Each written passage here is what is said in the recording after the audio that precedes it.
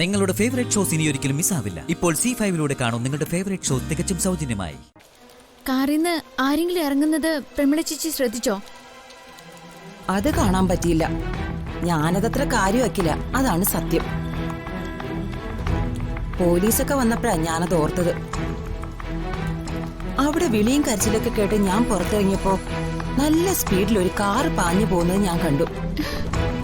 അത് ആ കാറാണോന്ന് വ്യക്തമായില്ല. എല്ലാം ഒരു സംശയങ്ങളാണേ.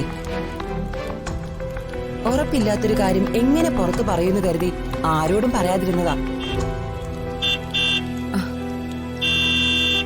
ആ എന്നാ പിന്നെ കാണാം. മോൻ സ്കൂളിൽ നിന്ന് വന്നു. ശരി ചേച്ചി. ആ ശരി.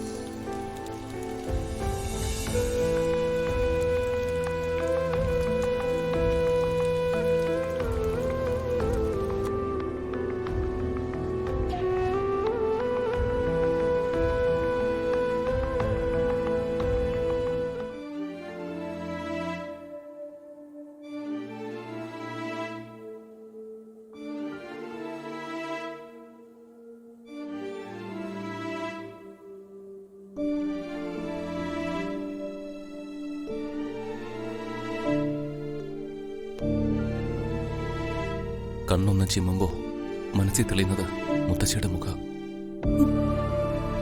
മുത്തശ്ശനെ കാണാനാ സഞ്ജു ധൈര്യമില്ലാത്തത്. കരഞ്ഞു പോവും.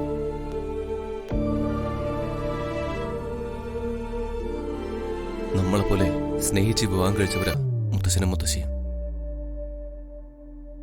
ഒരിക്കൽ മുത്തശ്ശി തീർത്ഥയാത്ര പോയപ്പോ മുത്തശ്ശൻ അനുഭവിച്ച വീർപ്പുമുട്ടൽ ഞാൻ കണ്ടതാ. ഒരു നിമിഷം പിരിഞ്ഞിരിക്കാൻ അവർക്ക് കഴിയില്ല. ആ മുത്തശ്ശന് ഒറ്റപ്പെട്ടു പോയിരിക്കുന്ന. മുത്തശ്ശി പറയാറുള്ളൊരു കാര്യമുണ്ട്. മുത്തശ്ശനിപ്പോ ഇടയ്ക്കിടെ അത് പറഞ്ഞ പൊട്ടിക്കരയുന്നു. മുത്തശ്ശൻ ആദ്യം പോയിട്ട് മുത്തശ്ശി പോവാമെന്ന്. അവസാന നിമിഷം വരെ ഭർത്താവിന്റെ കൂടെ ഉണ്ടാവണമെന്ന് ആഗ്രഹമായിരുന്നു അത്. അത് സത്യമായ കാര്യോ? ഭാര്യ നഷ്ടമായാൽ ഭർത്താവിന് പിന്നെ എന്ത് ജീവിതം ഉള്ളത്? സമയത്തിന് മരുന്ന് കഴിച്ചോന്ന് ചോദിക്കാൻ ഭാര്യ തന്നെ കൂടെ വേണം. നമ്മുടെ മുത്തശ്ശൻ ശരിക്കും അനാഥനായി. ഇനി മുത്തശ്ശൻ അധികം ആയുസുണ്ടാവുമെന്ന് എനിക്ക് തോന്നുന്നില്ല. സഞ്ജു, സങ്കടം കൊണ്ട് പറഞ്ഞു പോയത്. മുത്തശ്ശി കാല് തെറ്റി വീഴുതൊന്നും അല്ല സഞ്ജു.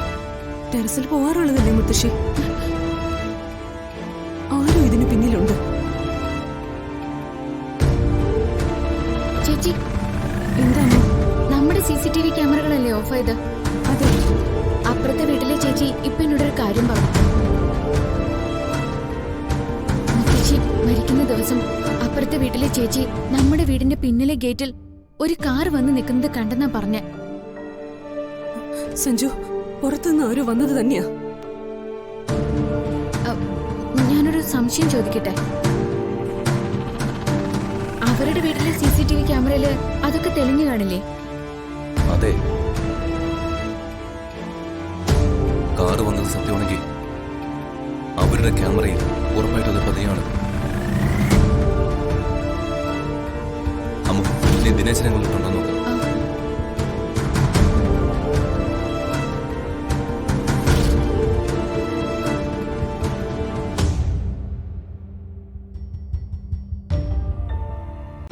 ഡൗൺലോഡ് ചെയ്യൂ C5 ആപ്പ്. കാണൂ എല്ലാ എപ്പിസോഡുകളും സൗജന്യമായി.